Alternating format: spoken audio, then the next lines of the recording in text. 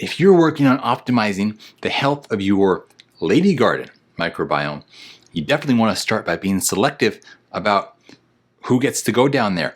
You want to think about the microbiome of whoever is also hanging out in your lady garden, because you could be doing all the good work down there to optimize things, but if somebody else is introducing maybe oral bacteria or some other kinds of bacteria into that environment on a regular basis that are not so great, well, then that's going to be setting you back.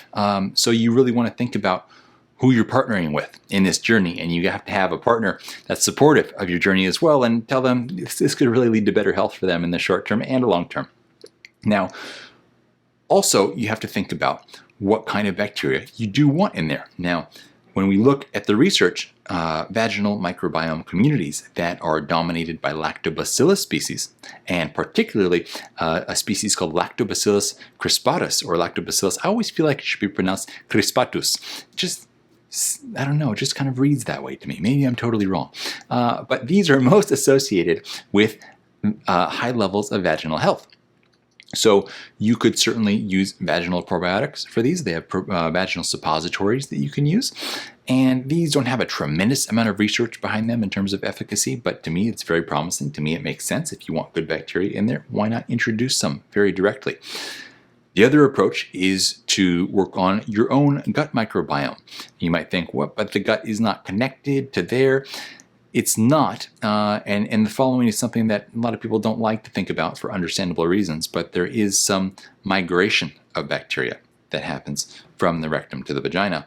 And so what is living in your gut, some of that does make its way over to the other side, and that is going to impact the kind of flora that you have growing there.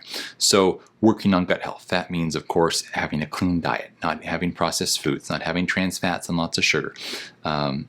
It is going to be having prebiotics and probiotics and fermented foods, looking at supplements like Biohacking, for example, that helps to close up the tight junctions in your gut. We have whole videos all about this that you can dive into, but optimizing gut health is also going to optimize vaginal health, which is fantastic when you can have a domino effect like that in a positive direction in so many ways. So now that we've got the good bacteria introduced there, what happens next? Well, we need to feed the good bacteria. So if you remember when we've talked about gut health before, you want to introduce the good bacteria, and then you need to give them prebiotics that they can ferment and create food for themselves.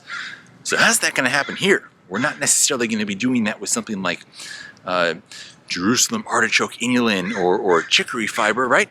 So normally what's happening is that if your hormones are healthy, the cells lining the vagina are going to be secreting glycogen.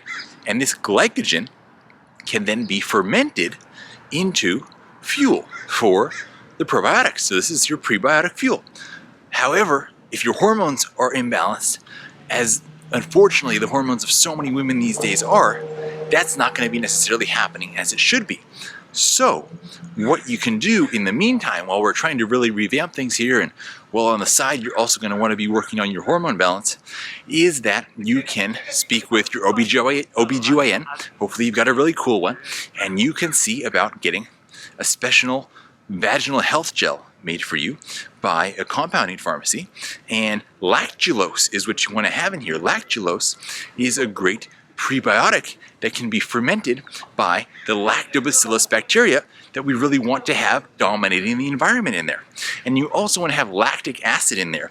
Why lactic acid? Because you actually want to create a more acidic environment in there to help kill off some of the bad bacteria and create an overall healthier vaginal microbiome.